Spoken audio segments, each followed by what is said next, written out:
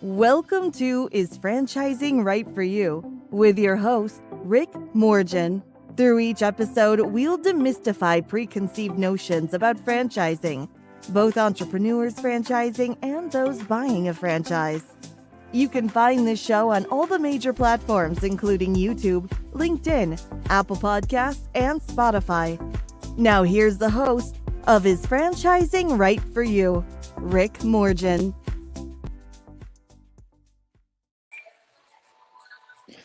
Good afternoon, Jesus. Good afternoon, dude. Hey, it's a privilege to have you on as a guest in my podcast. I appreciate it. Thank you for the invitation. Jesus Araque is the co-founder of, I think, just a fabulous quick serve restaurant concept called I Heart Fries. You can see the logo in the background of the Hialeah store, Hialeah, Florida. And it almost looks like there's a connection between I Heart Fries and golf with that background. But Jesus, my objectives for these podcasts are to educate the audience about franchising through the telling of stories. And then a second objective will be to identify and express how I Heart Fries is a great opportunity, great value, has a great value proposition for those looking to get into a restaurant franchise. So those are the two objectives I have with our podcast today. And I know you originally from Venezuela. So I wanted to ask, did you develop the concept in Venezuela and then bring it to the US, or just you came to the US with your business partner and from there I Heart Fries was born? Well, it was actually here in the US that we founded and we created. We actually have another ideas, but the food became to sound better to us. And with that, we have the idea to create a concept that can be expand, that can grow in trialing that in all United States. So let's say that the fries was like a great base to that. So yeah, we started here in the U.S. Okay, and I understand you have 2 locations now, doing very well. Plus, which can be, those are the base concepts of which would be franchised all over the country. Plus, you have a ghost kitchen. Yes. That's my understanding, and which can also be franchised as a different modality or footprint. That's correct.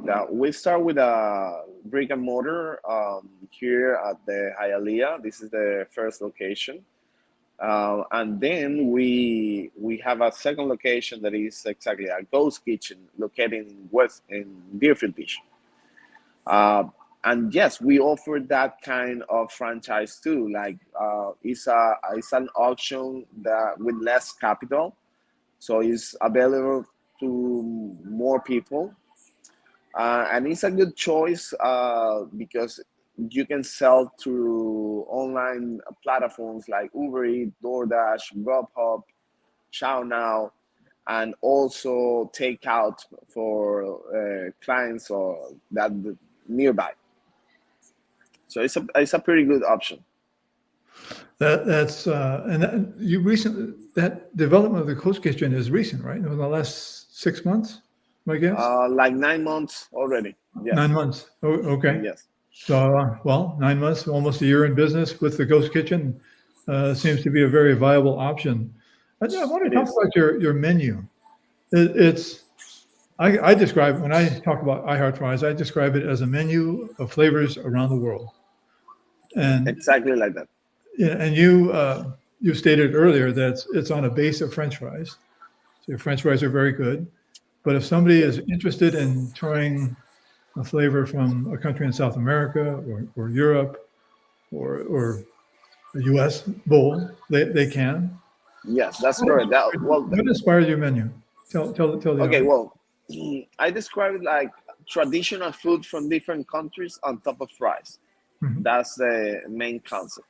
So basically, we have bowls that we call through countries, like by countries, like Argentina bowl, Peruano bowl, you have Spain bowl, Dominican, Venezuelan.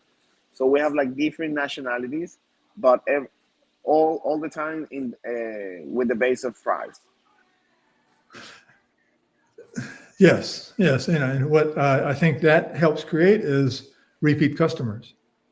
Somebody may have a Yeah, favorite, but they say, okay, this is great. And next time I want to try something different. exactly. And That's what happened. yes. Yeah, yeah. It's a pretty good concept. I mean, it's for everybody. You can also create your own bowl. You can change anything in the bowls. So basically, you have it all. So I've noticed that you also have other traditional sandwiches and hamburgers on your menu. But is most of the mix of the sales and customers ordering bowls?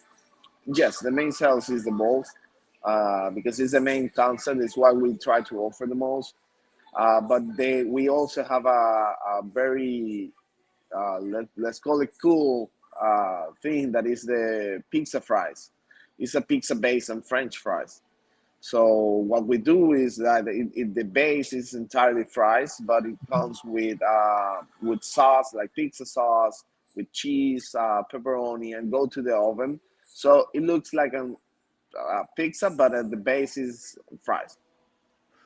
Now, that is that the pizza fry is different than what's on your menu, the Italian bowl? Yes, it's different. The Italian bowl is a Parmesan chicken. Oh, wow. Okay. Yeah, Oh, that sounds yeah. delicious. No, It's, it is. It is. and all right, so with that menu, and you got to be prepared for any type of order. Is how's the prep in the morning? Is it busy? Is it you need a lot of headcount to get ready for the opening and the day's servings? Not too much. We have been improving everything since the beginning. We have been open already for 4 years, almost 5 years now, and we have improved all that. So the opening is pretty simple.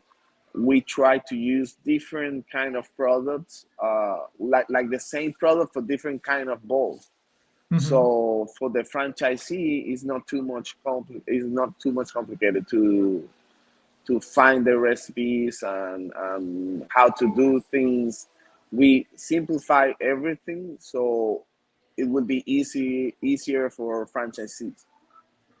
I think that's a very important aspect for especially someone who is a good operator but may not have owned or a restaurant or a restaurant franchise before, but they got the basic skill set to understand and be trained on very simple processes. And I like Exactly. that's what you refined in what you offer as far as training and support for your franchise owners. Yes, exactly. I think that there's for those that are starting a business, especially a restaurant business, the know-how is very important. I think that's the part that we sell in our franchise, so everybody can know when you get in business with us, you know exactly how to do things. You have the photos, you have the marketing, you have the recipes. So it's we have made it like pretty easy for franchisees.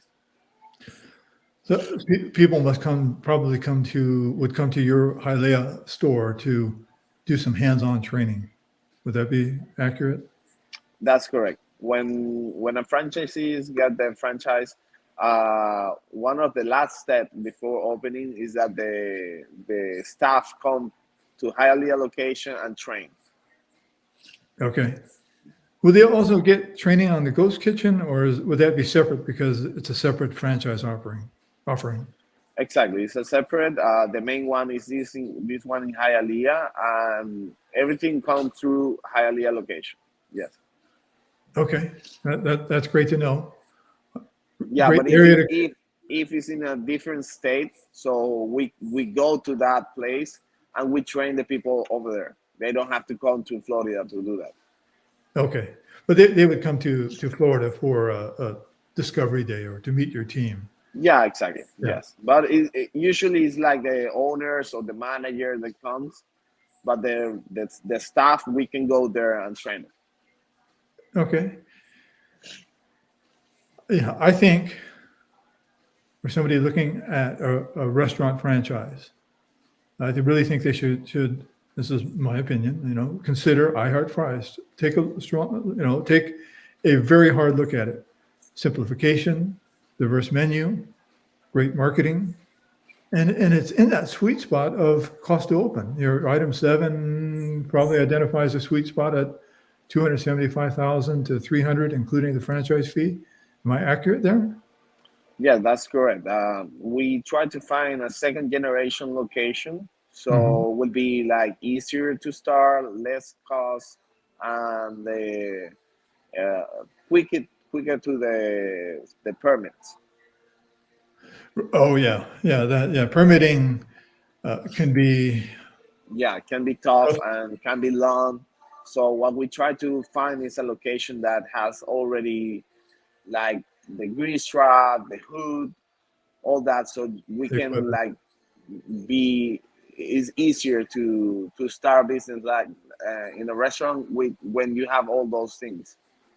Okay, that's good to know. I mean, about really searching for those second generation locations because that does reduce the cost of the build out. Uh, Exactly. Yes, then and we provide everything that the customer the franchisees must know. We start with the location.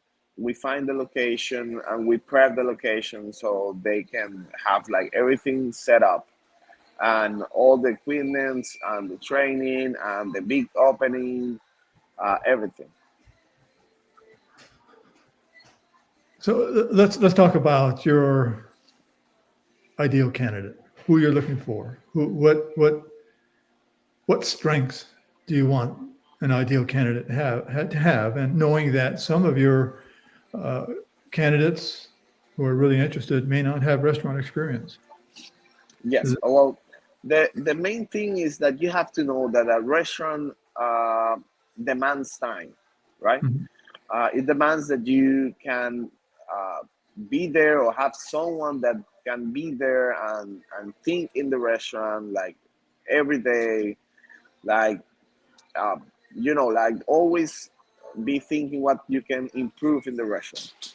So with that in mind, what we look for is for a person that are interested in the business, that want to do money with it, that want to commit with the franchise. But you don't need to have the experience or have like other restaurants to start with us. We only want that you really want to do business. You really want to succeed. That's our main goal, and that's it for us. So it's really that desire to motivate a team, provide great customer service, prepare meals according to the script, the operations manual, the training, the videos. But I also see that a great franchisee of yours kind of has to have these skills to anticipate the way the day is going to go, anticipate it's a Wednesday. Customer traffic may be a little bit different. You may sell more of this because of the daily Exactly. information, the data, anticipating your staff needs, stuff like that. Yeah. Is that Well, every restaurant is different, right? Every Mhm. location is different. So just start with a main operation hours like that. For example, the weekends are busier than the Monday to Thursday. Yeah. So just start with that, but every location is different. So maybe if you're close to a business area, maybe your Monday to Friday is busier than the weekend. So yeah, you have to start the business and then know what days are better for you. True. It's kind of the weekly planning. Could be Monday through Sunday, Sunday through Saturday, and then adjusting from there. exactly. One question I should have asked you in the very beginning is your background, or has it always been in hospitality? Your career? Well, in Venezuela, I have business selling LED lights. Hmm. Yeah, that was my background in Venezuela. Yes, I have a couple of stores, and also at the beginning, I had a construction business. Well, that's completely different than the restaurant Yeah, business, but yes, that's completely different. something grabbed you and said, "Okay, I have an idea. This idea is could be best suited for the United States," and you just picked yourself up. You and your business partner picked yourself up and did it. Yeah, exactly like that. I We mean, start with this and put all our heart into it, and we'll be fighting with every issue or a small thing or big thing that happened. For example, COVID. yeah. So yeah, we have been through all that, and here we are, like trying to do the best with what we can. Well, that's a great testament to the strength of the brand, the strength of your menu and your staff to have stayed open and grown and flourished in COVID, during COVID, after COVID. You've got that second ghost kitchen location. Um, hey, can you kind of you're a founder of a company, co-founder. You must have Yeah. an outlook of the quick serve restaurant industry based on what you see in your marketplace and other places. Do you think it's robust In general, you say the restaurants in general. or your type, the quick serve restaurant? You know, Yeah, I think it's a concept that everybody looks for, like the fast food or fast casual mhm. is concept that everybody is looking for. Sometimes you don't have the time to go to a restaurant and stay like 45 minutes, 1 hour. So people look for this type of restaurant so you can get like really good food, but really fast time. And a value too. I mean, your menu pricing is would I be correct in saying it's kind of mid range? It's not Yeah, low. we start all of our bowls, for example, goes between $11 and $14. Okay, So it's pretty good, pretty accessible, and it's a lot of food.